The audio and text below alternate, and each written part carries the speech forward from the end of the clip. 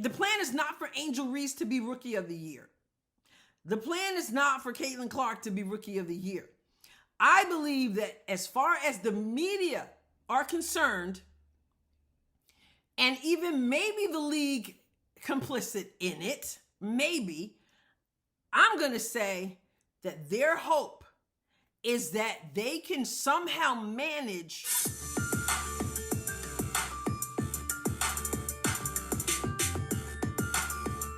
Hello and welcome to the Adrienne Ross Show, the basketball edition. So let's talk about basketball. Let's talk about something that anyone paying attention to the WNBA right now is talking about, and that is Rookie of the Year. Now, I have to say, we've got a lot of basketball left to be played. There's an Olympic break that's coming up, and then there's another half season to go. But people are already talking about who the WNBA's Rookie of the Year for 2024 should be. And so, I'm going to give you my thoughts. Maybe something you never thought about, but here we go.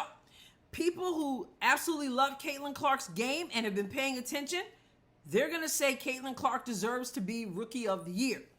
People who have been paying attention to the game and love Angel Reese, they're likely to say Angel Reese should be Rookie of the Year. Now, in both camps, you don't have some people who are able to just look at the game neutrally and say, all right, let's take a look at what really is going on the court, and let's make our decision that way. Unfortunately, as we've seen throughout this whole WNBA season, so much is what we would call political in nature. Unfortunately, so much of it has to do with even race, which still blows my mind that people are selecting the person who should be Rookie of the Year, or the person they denigrate, or the person who, they come after the person who supports one or the other based on race. It is a sad commentary on where we are, but it is the truth. And if you say it's not, your head is buried in the sand. Okay, but there are some people who can just look at the game and even look at the people they like or the people they don't like, but they can still make a decision about what should be based on the game. Let's talk about how the Rookie of the Year is decided. Who decides WNBA Rookie of the Year? The winner is selected by a panel of sports writers throughout the United States, each of whom casts a vote for first, second, and third place selections. Each first place vote is worth 5 points, each second place vote is worth 3 points, and each third place vote is worth 1 point. Now, I'm not going to waste any time before I tell you that I believe that Caitlin Clark should be Rookie of the Year. And I only mention Caitlin and I only mention Angel because that's what we're hearing in the discussion. Should somebody else emerge and deserve to be in that conversation? Or maybe you're watching and you think somebody else deserves to be in that conversation? That's fine. Tell us in the comments who else you think deserves to be in that conversation. For now, let's talk about Caitlin Clark and Angel Reese. I believe Caitlin Clark is the clear favorite for Rookie of the Year at this point. Now, Angel Reese has made some great changes in her stats. I'll put it that way. She seems to have upped her game. I have been honest when I have said that I don't find anything exceptional about Angel Reese's game. I know people disagree with me. I have been quoted as saying she's mediocre at best. I will call her a good player. She's growing, she's developing. So I'll raise it and say, okay, she's a good player. But honestly speaking, there's nothing about Angel Reese's game that would cause me to tune in to watch her game in terms of specific skills. And I know that there are people who do tune in to watch her because she has a great following, but I still believe that there's no one who's tuning in because of her basketball skills. They may be tuning in because of her social media presence. They may be tuning in because of all the hoopla concerning Caitlin Clark, etc., which we'll talk about. But I don't think that there's anyone who was drawn to the game because Angel Reese has some kind of skill set that draws in eyes. Now, you may disagree. I don't mean that as a diss. Listen, for those race baiters and everybody else, I ain't here for that, okay? I'm a former coach.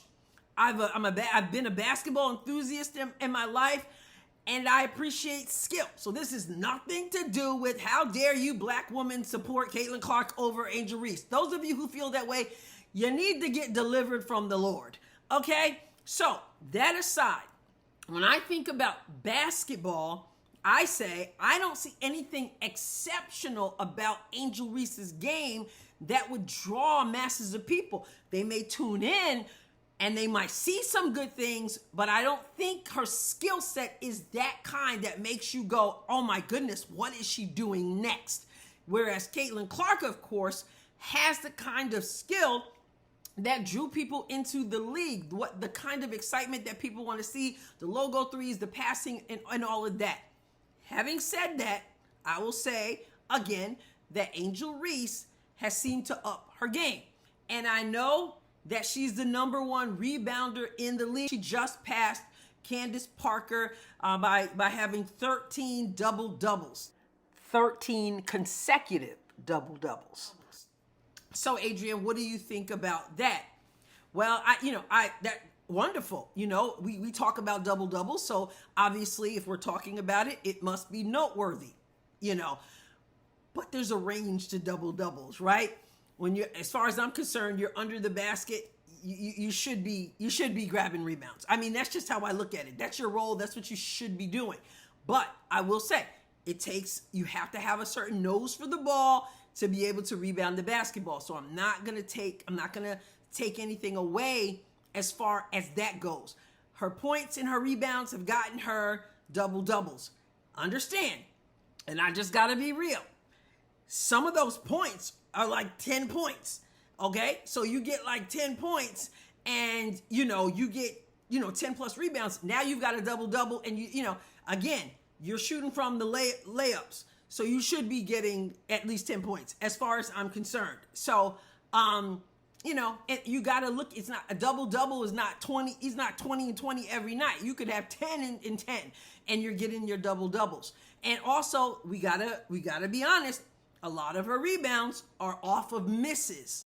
Her own misses. Okay? Like I said, she's doing better than she had been doing, but a lot of her rebounds are off of misses. You miss. I mean, you're obviously going to amass some rebound. All that has to figure in. But again, now she shot a couple threes.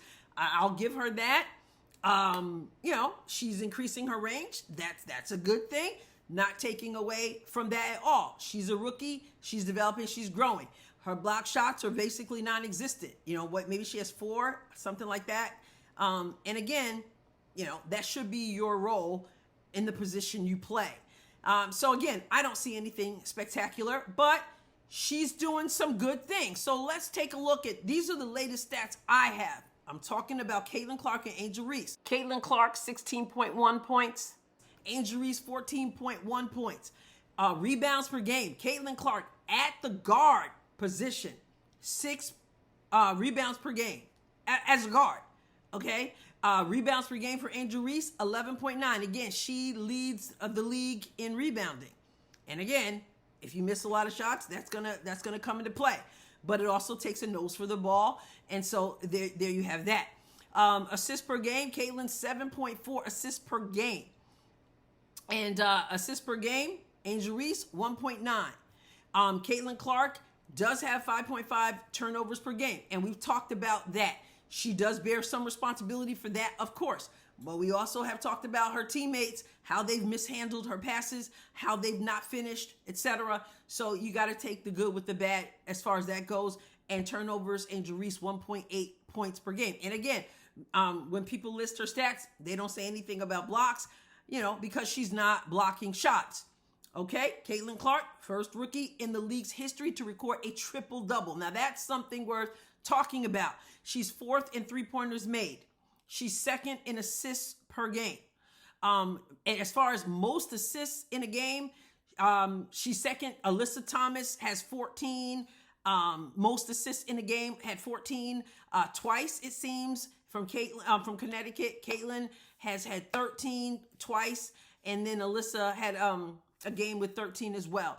And I've already said Angel Reese is, as you know, she broke Candace Parker's record with the 13th consecutive double-double. When we look at the two teams head-to-head, obviously Fever is up there.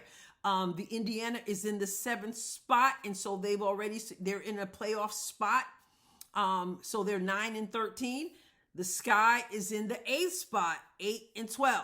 Okay, so the Fever come on up on top there, although obviously that's rather close there.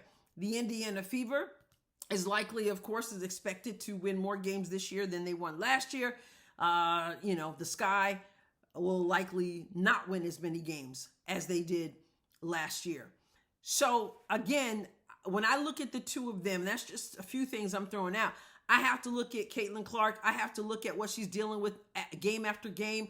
The being picked up 94 feet, the court vision she has, double team, triple team. Sometimes she's getting blitzed. She's getting all that.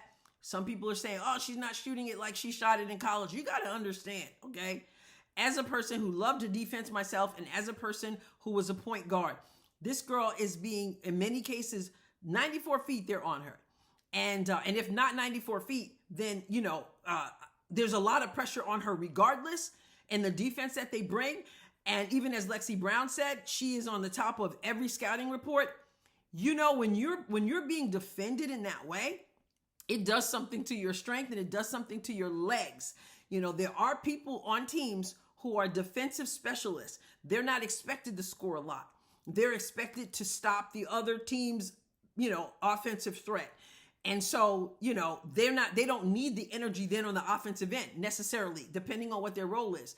Caitlin Clark is the one who's receiving that kind of pressure and is expected to score. And so she's got a lot more pressure on her, and she's done a lot with that. And so all around, absolutely all around, as far as I'm concerned, it's not even a contest.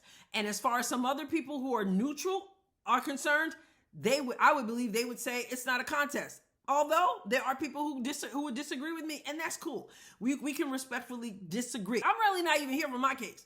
I'm here to tell you, the plan is not for Angel Reese to be Rookie of the Year. The plan is not for Caitlin Clark to be Rookie of the Year. I believe that as far as the media are concerned, and even maybe the league complicit in it, maybe, I'm going to say that their hope is that they can somehow manage co-rookies of the year. Now, I don't know, as far as I know, the WNBA doesn't have any kind of guidelines that say you can't be co-rookie of the year. However, the math plays out. The NBA has had 3 co-rookies of the year. The WNBA has not had co-rookies of the year.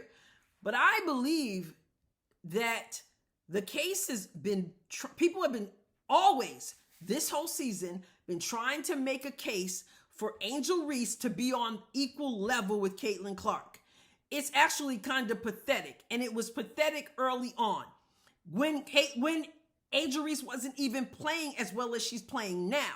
People were still trying to, every time you mention Caitlin Clark doing something good, somebody had to say something about Angel Reese. And I've mentioned that before in the video. Like, it's almost like this pressure, like, oh, we said something about Caitlin Clark. We got to make sure we say something about Angel Reese. We got to, and sometimes I hear the commentators, and it's just like they're pumping up Angel Reese even more than she deserves. That's how I see it, and I've always seen it that way.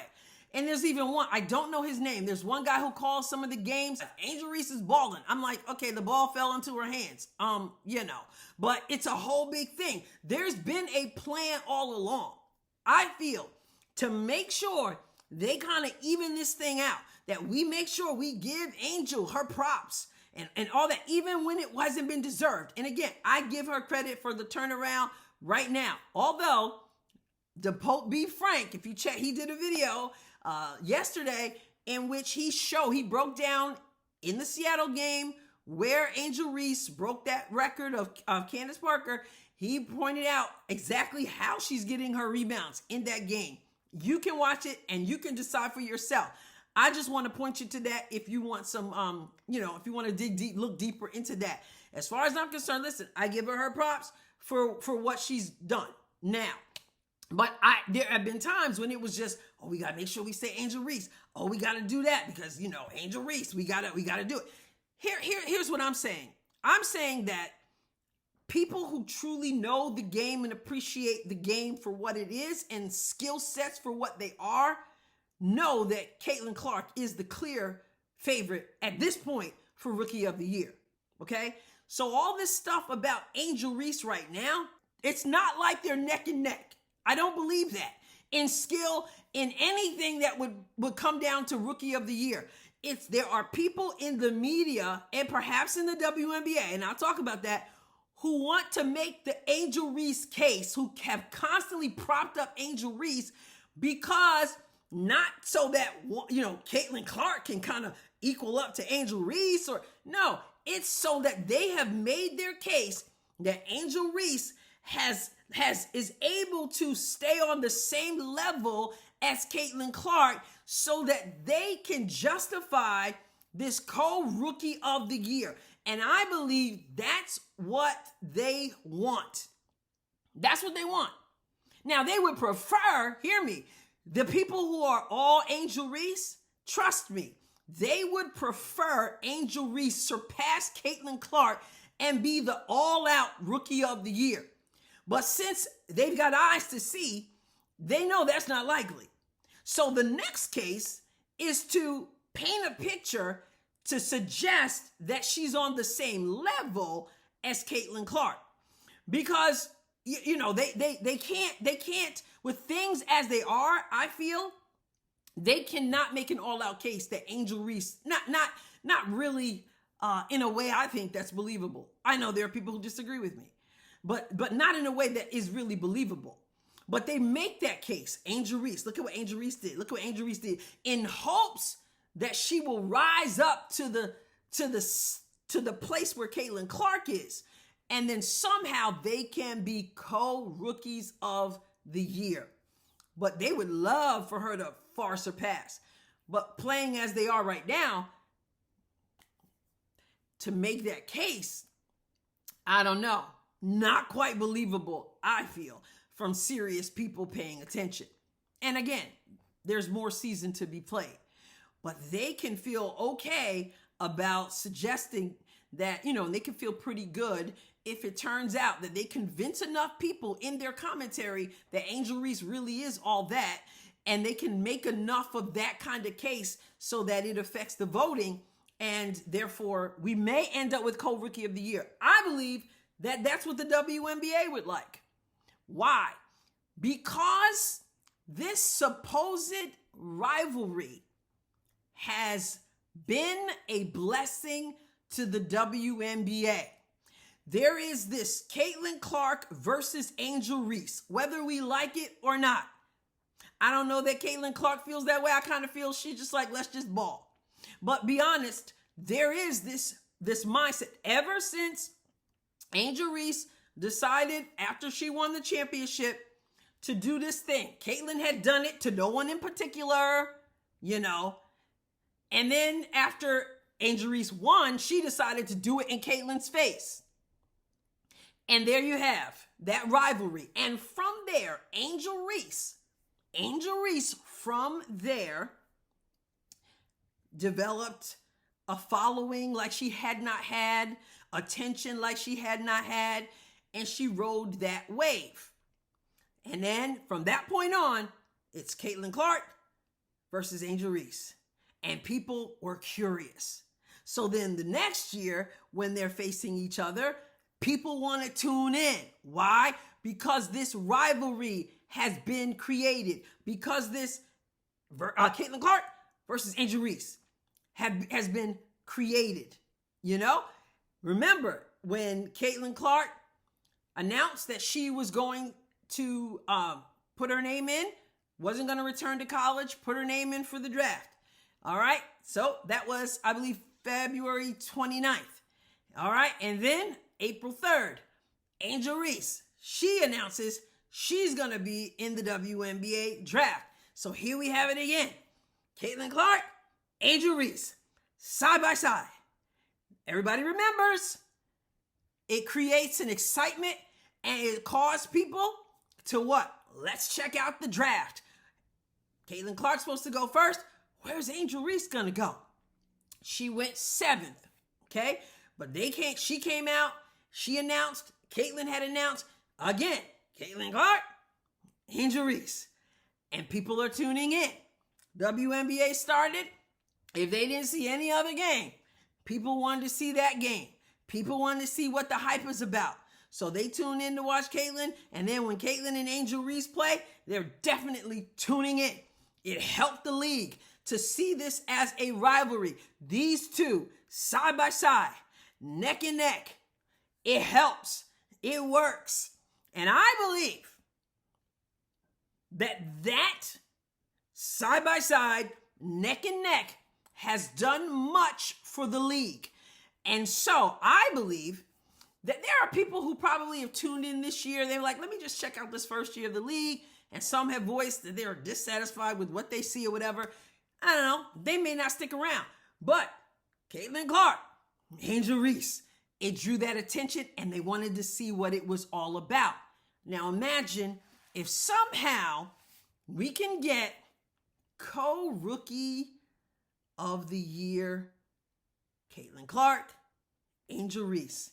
I'm telling you, that kind of side-by-side continuation is what the WNBA would like to have because it's going to draw more attention. Maybe people weren't going to stick around after this year. But I tell you what, if we get a co-rookie of the year situation, people are likely to want to stick in there and see what is going on. So I think somehow the league benefits from it.